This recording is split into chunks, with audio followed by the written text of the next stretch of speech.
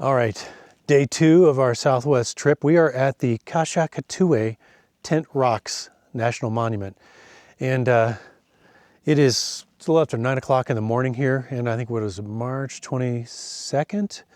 And temperatures are in the low 40s right now, or maybe mid 40s, and we're gonna top out at about 60 degrees. So I always try to say that up front so you kind of know what time of year that this video was done and kind of what to expect temperature-wise.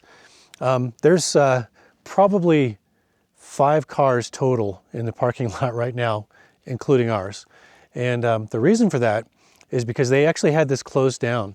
This particular national monument was closed down for pretty much a full year, as far as I'm aware, because it was getting kind of overrun with visitors. And the Cochiti Pueblo reservation that surrounds this and actually owns a lot of this land, they were looking to reduce the traffic somehow. So there's a new procedure in place as of now that you should be aware of if you're coming out here. So not only do you have to have a park pass reservation in advance, and you can use your America the Beautiful pass if you have that, but you do have to reserve your time to come here. And once you have your reservation, then you have to click on a link on the park's website to take you over to the Cochiti Pueblo website so that you can purchase one of their, I think it's called a purple pass, but it's basically a tribal access pass. So they're 2 separate fees. And you check in at the Tribal Visitor Center way at the front of the road here, and then they escort you over to the national park entrance, and they take your tribal pass, and then you're free to drive back. So it's a little bit of a process, but it wasn't bad at all, and they were very nice about it. And we're gonna go on, I think it's about a 1.5 mile out and a 1.5 mile back loop trail that'll include some really cool rock formations, a slot canyon, and I think maybe even a cave. So I'm not sure if I understood that right. So, but I will take you along and kind of show you what it's all about.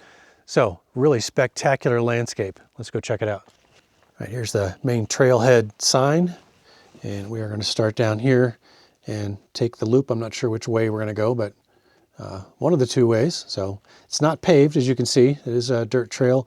And then I think we're going to take the extra 1 mile up here that's got some steepness to it through the Slot Canyon Trail. So I think that's a definite must. So we're going to do the cave loop and then that guy right there. So maybe we'll go to the left and do the cave first and then come down and do the Slot Canyon and come back. So you can make the whole round trip in about 2 hours. We're going to go left. Let me zoom this in here for you, but look all along that ridge. These are the tent rocks. What an unusual formation.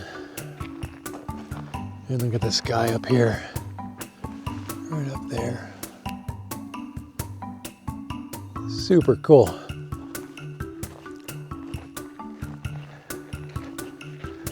Kind of look like teepees, don't they? This has got to be one of the most unique landscapes that I've ever seen. Definitely worth coming out here.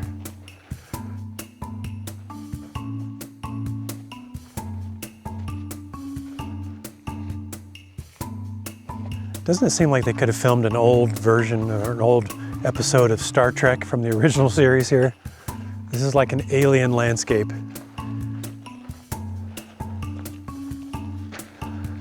Even the sky is dramatic today. There's the parking areas down there. There's a bunch of little picnic spots too, and there's pit bathrooms, pit toilets down there that are actually pretty nice as far as pit toilets go. Yeah, and they're covered little picnic areas too, so when you get out here in the hot sun, you can sit under these little shelters. Seems like they have a bunch of them sort of sprinkled throughout the little parking area.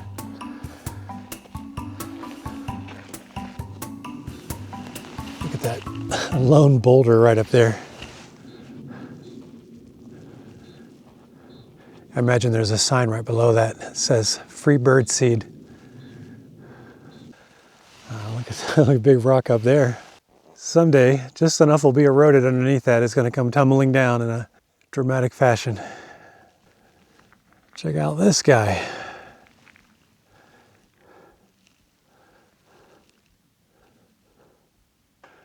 All right, I think we've reached the cave.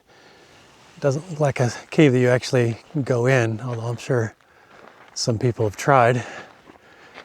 But I could pretty much bet there's a sign over here saying, stay the hell out of the cave. So, yeah, let's go get a closer look.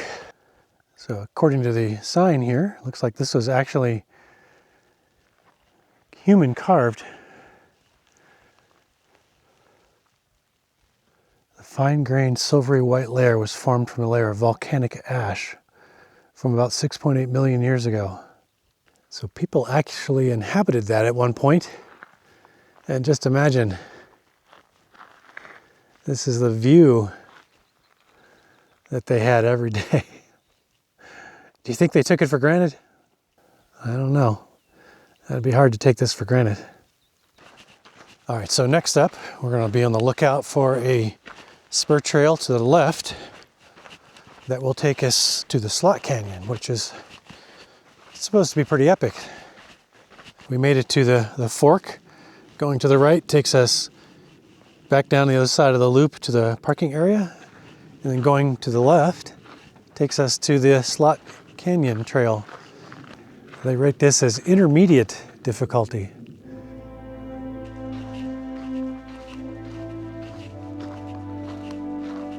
Must have been a tremendous amount of volcanic activity to deposit this kind of ash layer everywhere. Kind of boggles the mind to contemplate now. These large pine trees taking advantage of the shade in the Slot Canyon. And I guess the water that runs at the base. Look at this one reaching over here. How does that happen? Once again, I cannot overstate the value, at least to me, in having this place mostly to yourself. It's like a spiritual experience. It's like walking around in a cathedral, except one made by nature. I don't know how cool that comes across on camera, but just, if you could put a number on this from 0 to 10, this would be an 11. Well, this just keeps getting better and better, as if that were even possible. This is so cool. And we've just come from that way there. It gets a little narrow, but who cares? Oh, we're getting extra slotty here.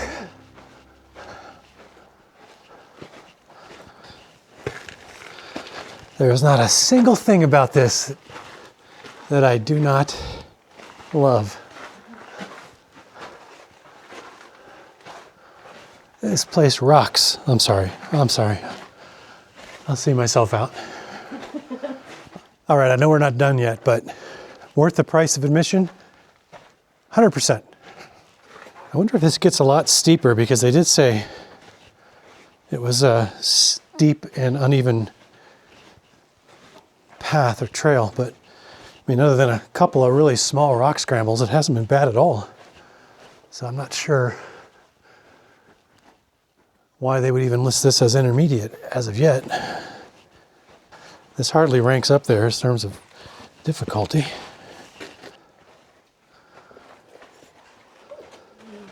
Man, I feel like Indiana Jones. Yeah, look at that.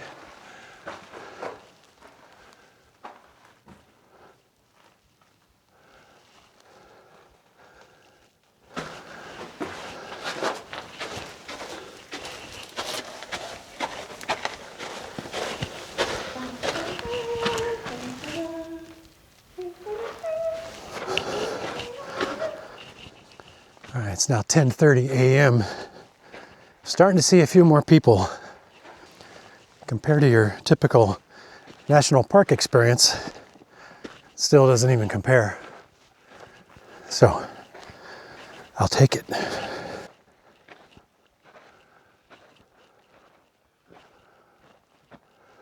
every twisty turn in this little slot canyon just seems to reveal more and more impossibly interesting things.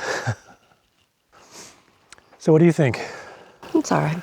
No, seriously, what do you, I love what do you think? I love it. Does this rank right up there with, how does this compare to Joshua Tree for you? Since I know that's one of your favorite parks. I feel like it's up there with it. For Certainly, sure. yeah.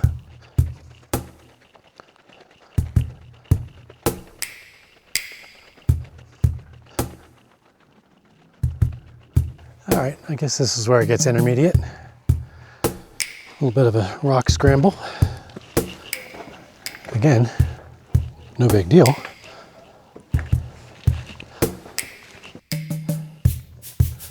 right, we are on the last push, I think, up toward the overlook. So a noticeable increase in elevation gain rate on this last probably quarter mile or so. So we're gonna take it slow and easy.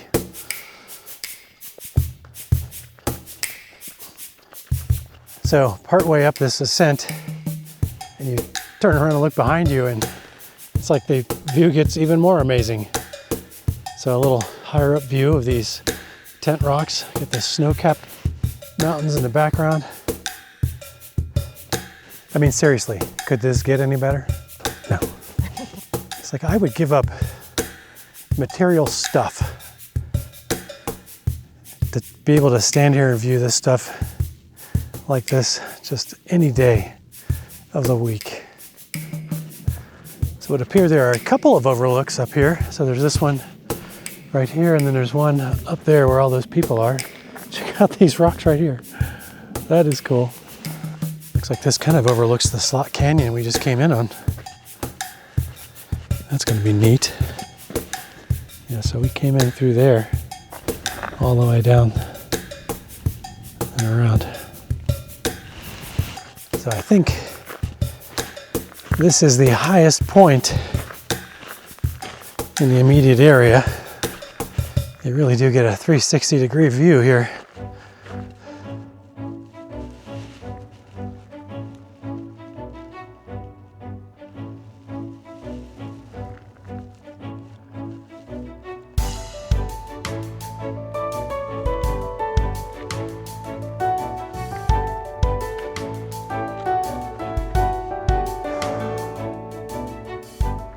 Yeah, so this looks like the highest point here, but then it continues down this way. There's a couple of people down there now.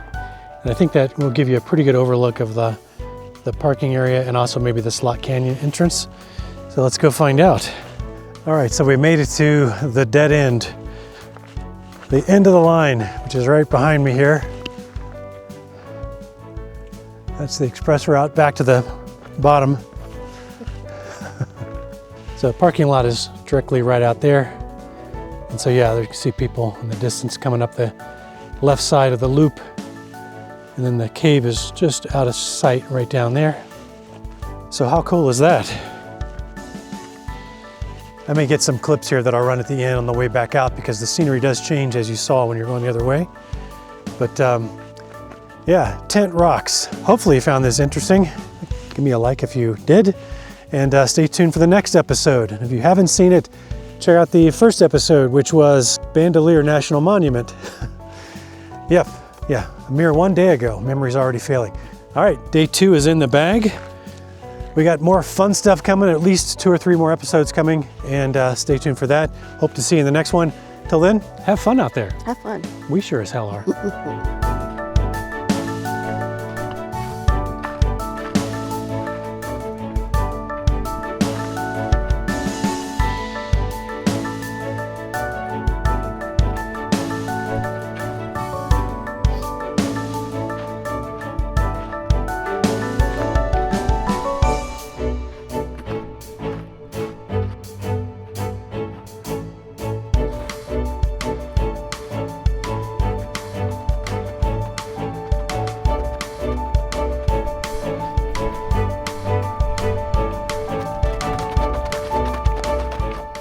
So that's the lookout point that we were taking pictures from at the very end.